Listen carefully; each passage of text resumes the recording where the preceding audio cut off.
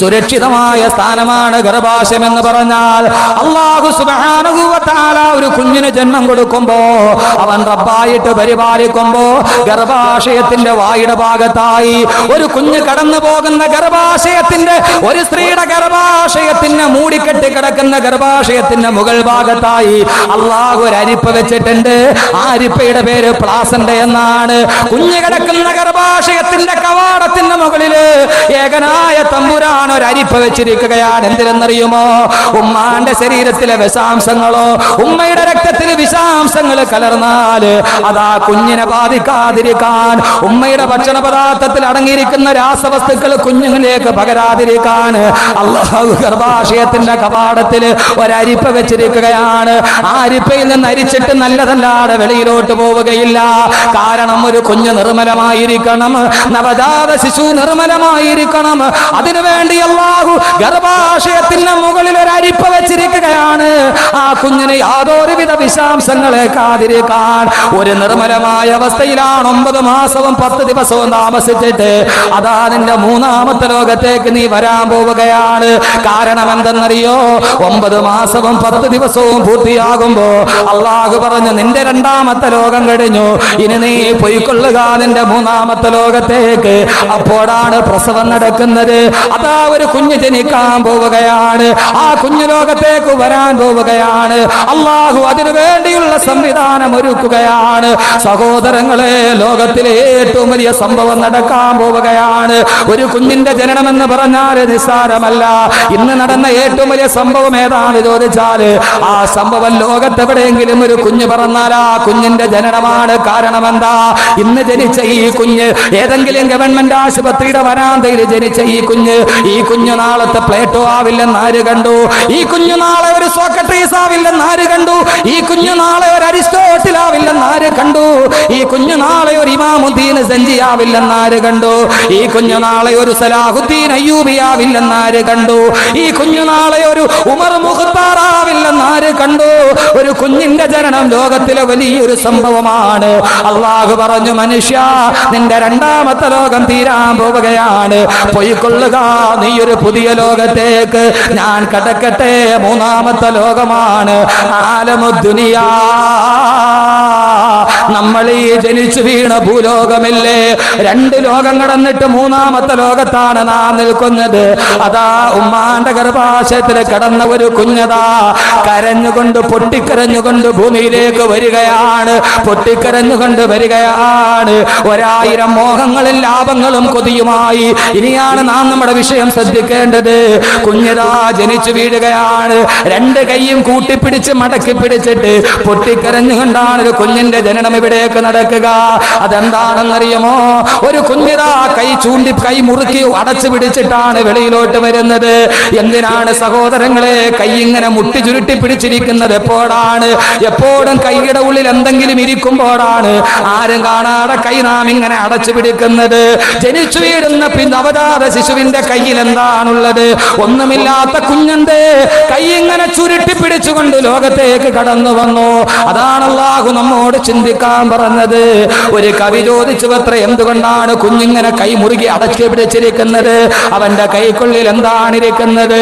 കവി ചോദിച്ചു അത്ര കുട്ടിയോട്, മോനെ, മുത്തേ കണ്ണേ തേനെ പാലേ മുട്ടി സേ ക്യാ ഹേ ആനെ വാലാ ജിന്ദഗി കി സ്വപ്നാ ഹേ. ഏ പൊന്നു മോനെ, മുട്ടി സേ ക്യാ ഹേ, നിന്റെ കൈക്കുള്ളിൽ എന്താണ് നീ ആരും കാണാതെ ഇങ്ങനെ മടക്കി വെച്ചിരിക്കുന്നത്? ആ സമയത്ത് നവജാത ശിശു എന്നോട് മറുപടി പറഞ്ഞു അത്രേ. ഇല്ലില്ല, നവജാത ശിശു മറുപടി പറയില്ല. കവി അദ്ദേഹത്തിന്റെ ഭാവനയിൽ പറയുകയാണ്, എന്റെ കൈക്കുള്ളിൽ എന്താണെന്നറിയുമോ? ആനേവാല ജിന്ദഗി കി സ്വപ്നാ ഹേ, എന്റെ ഇനിയുള്ള ജീവിതത്തിലെ സ്വപ്നങ്ങളാണ് എന്റെ കൈക്കുള്ളിൽ ഞാൻ മടക്കി വെച്ചിരിക്കുന്നത്. 1000 സ്വപ്നങ്ങളുമായി, 1000 ആഗ്രഹങ്ങളുമായി നീതാ 3ാം മൂന്നാമത്തെ ലോകത്തോട്ട് കടന്നു വരികയാണ്. നിന്റെ ഒടുക്കത്തെ ആഗ്രഹങ്ങളുമായിട്ടാണ് വരുന്നത്. മനുഷ്യൻ എത്രയോ ആഗ്രഹങ്ങളാണ്. മനുഷ്യൻ ഏറ്റവും വലിയ മോഹത്തിന്റെ അടിമയാണ്. മനുഷ്യന് ഏറ്റവും കൂടുതൽ മോഹം മണ്ണിനോടാണ്. മനുഷ്യന് മോഹം മണ്ണിനോടാണ്. മണ്ണിന് മോഹം മനുഷ്യനോടാണ്.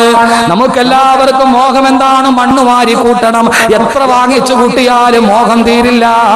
എത്ര മണ്ണ് വാരി കൂട്ടിയാലും മനുഷ്യന് മോഹം തീരില്ല. മനുഷ്യന് മോഹം മണ്ണിനോടാണ്. മണ്ണിന് മോഹമോ മനുഷ്യനോടാണ്.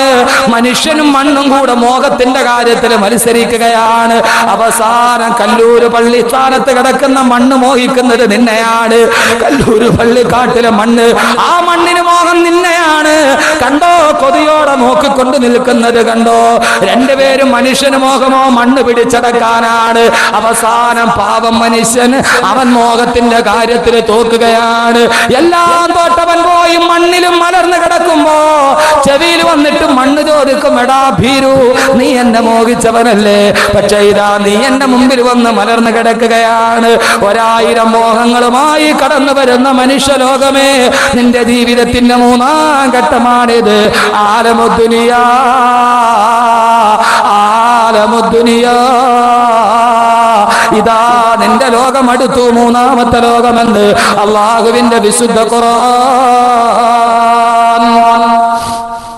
നമ്മൾ 3ാമത്തെ ലോകത്തെത്തി. ആ ലോകമാണ് ആലമുദ്ദുനിയ. ഇപ്പൊ നമ്മൾ ഈ നിൽക്കണ ലോകം. ഉമ്മാന്റെ ഗർഭാശയത്തിൽ നിന്ന് കരഞ്ഞോണ്ടിറങ്ങി വന്ന നമ്മൾ. അള്ളാഹു പറഞ്ഞു, നിന്റെ 2 ലോകം കഴിഞ്ഞു. ഇനി നീ എന്ത് ചെയ്യണം? ഇനിയും 2 ലോകം കൂടെ ഉണ്ട്. 4 ലോകങ്ങളിടയിൽ 2 ലോകം അപ്പുറം കഴിഞ്ഞുപോയി. ഇനി 2 ലോകം വരാനുണ്ട്. ഇതിന് 2നെയും നടുക്കാണ് നമ്മളിപ്പോ ജീവിക്കുന്നത്. 2 കഴിഞ്ഞുപോയി, ഇനി 2 വരാനുണ്ട്. ഇത് 2ന്റെയും നടുക്കാണ് നാം ജീവിക്കുന്നത്. അള്ളാഹ് പറഞ്ഞു, നിന്റെ ഇന്നലകളെ നോക്കി ഇന്നുകളെ നന്നാക്കി നാളേക്ക് വേണ്ടി നീ കരുതിയിരിക്കുക. അള്ളാഹു തൗഫീക്ക് നൽകട്ടെ. 3ാമത്തെ ലോകത്തെത്തി. ഇനിയാണ് നമ്മുടെ റോള്. ബാക്കി 2 ലോകത്ത് നമുക്കൊരു റോളും ഇല്ല. അള്ളാഹ് തന്നെയാണ് എല്ലാം ചെയ്യുന്നത്. 3ാമത്തെ ഘട്ടത്തിലെത്തുമ്പോൾ ഇനി റോള് നമുക്കാണ്. അള്ളാഹ് നമ്മളോട് എന്ത് പറഞ്ഞു വിട്ടു? ഓരോ ലോകം കഴിയുമ്പോൾ ആയുസ് കൂടി വരും. ആലമുൽ അർവാഹിൽ എത്ര സമയം ആയുസ് കൂടി വന്ന 10 മിനിറ്റ്, എല്ലാ കാര്യവും കഴിയും. ഉമ്മാന്റെ ഗർഭാശയം എന്ന് പറയുന്ന 2ാമത്തെ ലോകത്ത് വന്നപ്പോ ആയുസ് എത്രയാ? 9 മാസവും 10 ദിവസം. അപ്പൊ വളരെ അപൂർവമായിട്ട് നേരത്തെ ഇപ്പൊ നടക്കും. 9 മാസവും 10 ദിവസം അങ്ങനെ തികയാറില്ല, അല്ലെ? അതിന് മുമ്പ് ഓപ്പറേഷൻ ചെയ്തെടുക്കും. പണ്ടെല്ലാം മുഴുവൻ പേറായിരുന്നു, ഇപ്പൊ എല്ലാം കീറാണ്, സിസേറിയൻ. അപ്പൊ ആദ്യം 10 മിനിറ്റ്. അടുത്ത ലോകത്ത് നിന്നും ആയുസ് ഇത്രയും കൂടെ കൂടി. ഇനി അടുത്ത ലോകത്ത് വരുമ്പോ ഇത്രയും കൂടെ കൂടും. അള്ളാന്റെ റസൂൽ പറഞ്ഞ 60നും 70നും ഇടയ്ക്ക് ആയുസ് കൂടി വരികയാണ്. ഇനി അടുത്ത ലോകത്ത് പോകുമ്പോൾ അതിലും കൂടും. പിന്നെ 5ാമത്തെ ലോകത്ത് ചെല്ലുമ്പോൾ ഒരു പരിധിയില്ല ആയുസ്. ഖാലിദീന ഫീഹാ അബദ. ഉമ്മാന്റെ ഗർഭാശയത്തിൽ നിന്ന് വെളിയിലോട്ട് വന്നതുപോലെ തന്നെ സഹോദരങ്ങളെ, നമ്മുടെ ജീവിതത്തിന്റെ ഒടുക്കവും നമ്മുടെ ജീവിതത്തിന്റെ തുടക്കവും ജീവിതത്തിന്റെ ഒടുക്കവും ഒരേപോലെയാണ്. നമുക്ക് ഗുഹ വല്ലാതെ പേടിയാണ്, അല്ലേ?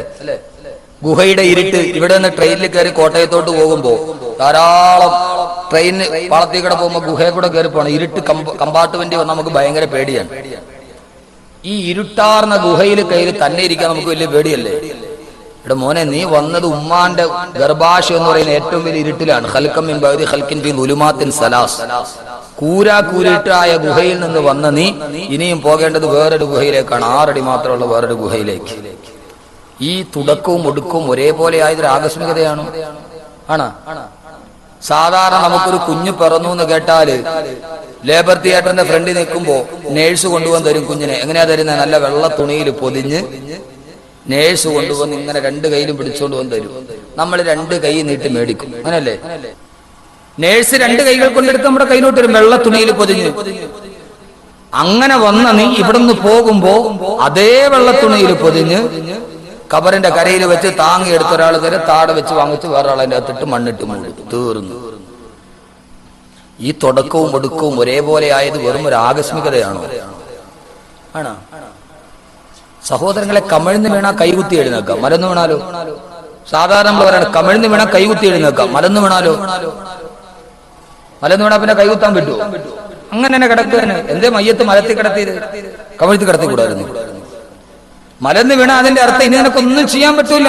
മയ്യത്ത് മലത്തിൽ തന്നെ കിടത്തി, എന്തെങ്കിലും ഒന്നും ചെയ്യാൻ പറ്റൂല. അവിടേക്ക് നീ പോവുകയാണ്. അതുകൊണ്ട് അല്ലാഹു ആലമുദ്ദുനിയായിലേക്ക് മൂന്നാമത്തെ ലോകത്തേക്ക് നമ്മെ പറഞ്ഞു വിടുമ്പോ അല്ലാഹു പറഞ്ഞതെന്താണെന്നറിയോ? അല്ലാഹു പറഞ്ഞതെന്താണെന്നറിയുമോ? സഹോദരങ്ങളെ, അല്ലാഹു അവന്റെ റബ്ബ് എന്ന് പറയുന്ന അവനേറ്റെടുത്ത ദൗത്യം അല്ലാഹു അതേപടി വിവരിക്കുകയാണ്, അല്ലാഹു അതേപടി നിലനിർത്തുകയാണ്. നിങ്ങൾക്കറിയുമോ ഒരു കുഞ്ഞ് ജനിക്കുമ്പോൾ അവന്റെ ശരീരത്തിൽ ഏതാണ്ട് 320ഓളം അസ്ഥികളുണ്ട്. പക്ഷേ അവന് പ്രായപൂർത്തിയായി കഴിയുമ്പോ അവന്റെ ശരീരത്തിലാകെ 260 അസ്ഥികളാണുള്ളത്. ബാക്കി 60ഓളം അസ്ഥികൾ എവിടെ പോയി ആർക്കും അറിയില്ല. ഒരു കുഞ്ഞ് ജനിക്കുമ്പോൾ 320 അസ്ഥികളുണ്ട്. പക്ഷേ അവന്റെ ശരീരം ഉറച്ചു കഴിഞ്ഞാൽ ബാക്കി ആകെ 260 അസ്ഥികളാണുള്ളത്. ബാക്കി 60 എണ്ണം എവിടെ പോയി അറിയുകയില്ല. എന്താണ് അതിന്റെ സംവിധാനം എന്ന് നിങ്ങൾക്കറിയുമോ? ഒരു കുഞ്ഞുമ്മാന്റെ ഗർഭാശയത്തിന്റെ ഉള്ളിൽ കിടക്കുമ്പോ, ഉദാഹരണത്തിന് പറഞ്ഞാൽ അവന്റെ തലസ്ഥികളുണ്ട് തലയോട്ടിയിൽ. ഒരു കുഞ്ഞുമ്മാന്റെ ഗർഭാശയം സുഖപ്രസവത്തിന് വേണ്ടി വെളിയിലോട്ട് വരുമ്പോ നമുക്കറിയാമല്ലോ, സുഖപ്രസവം നടക്കാൻ ആദ്യമായിട്ട് കുഞ്ഞിന്റെ തലയാണ് പ്രസവം നടക്കുമ്പോൾ വെളിയിലോട്ട് വരിക. ആ സമയത്ത് അല്ലാഹു തലയോട്ടിയിൽ 6 അസ്ഥികൾ വെച്ചിട്ടുണ്ട്. അത് പ്രസവത്തിന് വേണ്ടി ഗർഭാശയത്തിന്റെ ഗുഹാമുഖത്ത് വരുമ്പോ അല്ലാഹു ഒരു എല്ലിനെ നിരക്കി മറ്റൊന്നിന്റെ മുകളിൽ കയറ്റും. ഈ 6 എല്ലുകളും കൂടി പരസ്പരം നിരങ്ങി ചെറുതായി തല ചെറുതാകുമ്പോഴാണ് സുഖപ്രസവം നടക്കുന്നത്. ആ എല്ലുകളെങ്ങാനും അങ്ങനെ ഇരുന്നാൽ, അതങ്ങാനും നിരങ്ങാതെ അങ്ങനെ തന്നെ നീണ്ടിരുന്നാൽ കുഞ്ഞിനുമ്മാന്റെ ഗർഭാശയത്തിൽ നിന്ന് വെളിയിലേക്ക് വരാൻ കഴിയില്ല. തലയോട്ടിയിലെ 6 അസ്ഥികൾ പരസ്പരം നിരങ്ങി മുകളിലോട്ട് കയറിയിരുന്ന് തല ചെറുതായിട്ടാണ് പ്രസവം നടക്കുക. അങ്ങനെ ആ കുഞ്ഞ് തല ചെറുതായി ഉമ്മാന്റെ ഗർഭാശയ വെളിയിൽ വന്നാലോ ഉടനെ അവന്റെ എല്ലുകൾ കൂടിച്ചേരുകയില്ല. ആവശ്യം കഴിഞ്ഞാൽ കൂടിച്ചേരുകയില്ല. കാരണം എന്താണെന്നറിയുമോ? തലയോട്ടിയിലെ 6 എല്ലുകളും കൂടെ കൂടി ജോയിന്റ് ആയി കഴിഞ്ഞാൽ ആ പൊന്നമോന്റെ തലച്ചോറ് വികസിക്കണ്ടേ? അവന്റെ തലച്ചോറ് വളരുന്നതിനനുസരിച്ച് അവന്റെ തലയോട്ടിയോ വലുതായാലല്ലേ ആ കുഞ്ഞിന് സുന്ദര ബുദ്ധി ഉണ്ടാവുകയുള്ളൂ. അതല്ലാതെ തലച്ചോറ് വളരാനെങ്ങാനും ഇടമില്ലാതിരുന്നാല് അവൻ മന്ദബുദ്ധിയായി പോകുമെങ്കിൽ പലരും പറയാറില്ലേ, മസ്തിഷ്കത്തിന് പൂർണ്ണ വളർച്ച എത്തിയിട്ടില്ല. അല്ലാഹുവേ, പടച്ചറമ്പേ, നീ വല്ലാത്ത കാരുണ്യവാനാണ്. ഇത് രാത്രിയാന്ന് ഞങ്ങൾ തിരിച്ചറിഞ്ഞത് നീ വിശേഷ ബുദ്ധി തന്നത് കൊണ്ടാണ്.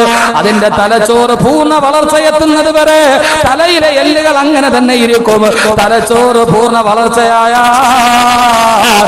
6 എല്ലുകളെയും കൂടെ യോജിപ്പിച്ചിട്ട് അല്ലാഹു വെറും 3 എല്ലുകളാക്കി കൂട്ടിവെച്ചു സുരക്ഷിതമാക്കുകയാ. കാരണം ഇനി അവൻ വലിയ തലയിൽ ചുമടെടുക്കാനുള്ളവനാണ്. പഴയ പോലെ ദുർബലമായ അസ്ഥികളാണെങ്കിൽ പറ്റില്ല.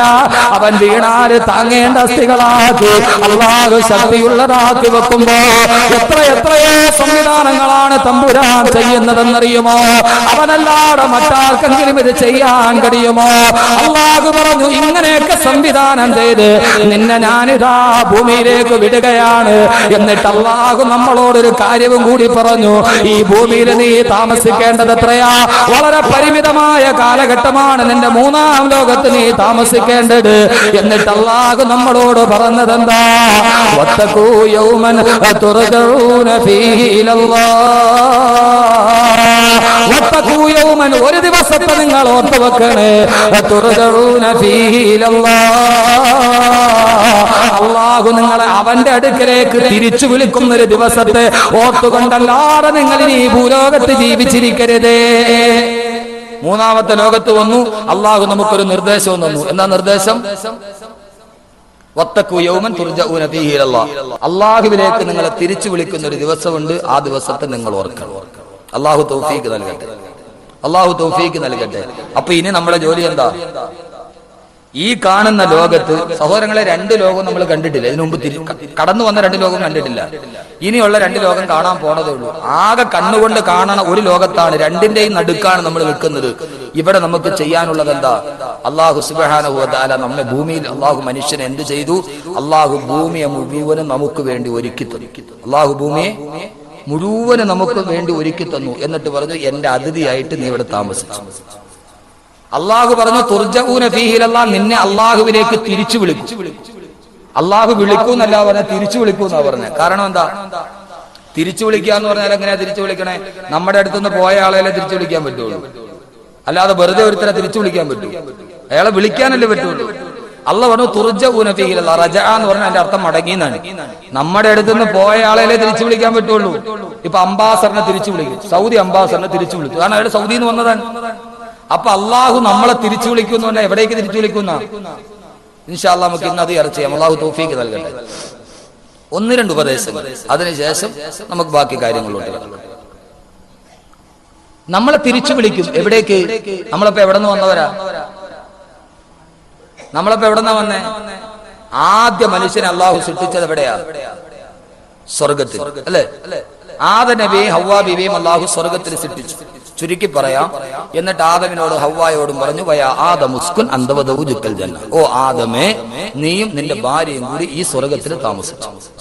എന്നിട്ട് അള്ളാഹു പറഞ്ഞു, സ്വർഗത്തിൽ എന്ത് വേണമെങ്കിലും നിങ്ങൾ തിന്നോ, വലാ തഖറബാ ഹാദിഹി ശജറ, ഈ വൃക്ഷത്തിലെ പഴം മാത്രം തിന്നാൻ പാടില്ല. അത് തിന്നാൻ കൊള്ളാത്ത പഴമായതുകൊണ്ടല്ല. അള്ളാഹു പറഞ്ഞു എല്ലാം തിന്നോ, ഇത് മാത്രം തിന്നരുത് എന്ന് പറഞ്ഞതിന്റെ അർത്ഥം എന്താ? അള്ളാഹ് മനുഷ്യനെ പരീക്ഷിച്ചതാണ്. എല്ലാം മുമ്പിൽ കൊടുത്തിട്ട് അള്ളാഹ് ഇത് തിന്നോ, ഇത് തിന്നാൻ പാടില്ല എന്ന് പറഞ്ഞാൽ തന്റെ റബ്ബ് പറഞ്ഞ കാരണത്താൽ മനുഷ്യൻ അത് തിന്നാതിരിക്കുമോ എന്നുള്ള പരീക്ഷിച്ചു. മനുഷ്യൻ പരീക്ഷണത്തിൽ തോറ്റുപോയി എന്നാണ് ചരിത്രം. ഖുർആൻ സൂറത്തുൽ അഅറാഫ്. ദുനിയാവിലും അങ്ങനെയാണ്.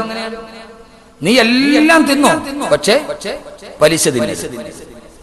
നീ എന്ത് വേണമെങ്കിലും കുടിച്ചോ, പക്ഷേ കള്ളു കുടിക്കരുത്.